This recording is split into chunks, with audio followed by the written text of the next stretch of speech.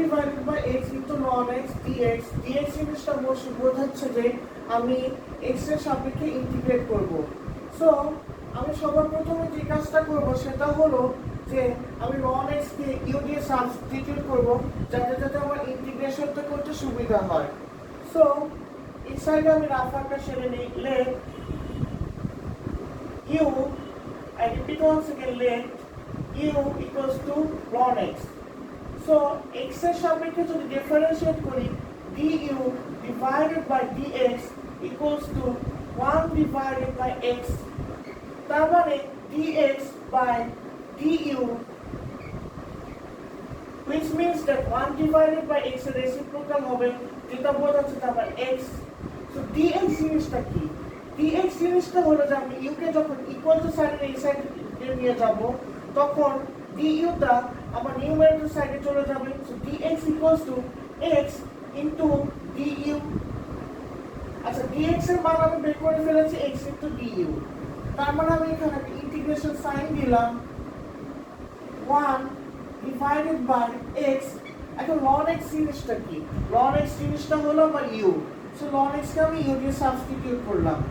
এখন dx জিনিসটা কি? dx জিনিসটা হলো যে x into du। So dx কে আমি x into du দিয়ে সাবস্টিটিউট করলাম। সো আপনারা একটা জিনিস খেয়াল করে দেখেন যে নিউমারেটরে একটা x আছে, ডিনোমিনেটরে একটা x আছে। therefore যে আমি নিউমারেটরে x কে ক্যান্সেল আউট করতে পারবো, ডিনোমিনেটরে x কে আমি ক্যান্সেল আউট করতে পারবো। therefore x এর এই সাইড ডিনোমিনেটরে x কে আমি ক্যান্সেল আউট করলাম আর নিউমারেটরে x কে আমি ক্যান্সেল আউট করলাম। সো পরের স্টেপে আমার আসে যে 1 divided by u into du। So 1 divided by u du যেটা আমাকে বোঝাচ্ছে যে আমাকে u এর সাপেক্ষে 1 divided by u K integrate করতে হবে। এখন 1 divided by u এটাকে ইন্টিগ্রেট করলে কি আসে? এটাকে ইন্টিগ্রেট করলে আসে যে আমার ln modulus of u plus c। আমার অ্যান্সার কি এখানে শেষ? আমার অ্যান্সার কিন্তু এখানে শেষ না, বিকজ পরের স্টেপে গেলে আপনারা বুঝতে পারবেন ln divided by modulus u। এখন u জিনিসটা কি? u জিনিসটা হলো যে আমার ln x। সো u কে আমি ln x দ্বারা সাবস্টিটিউট করলাম। So ln modulus ln x plus c।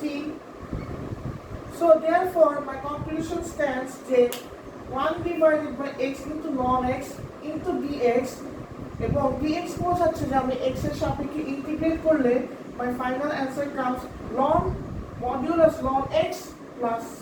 Thank you so much.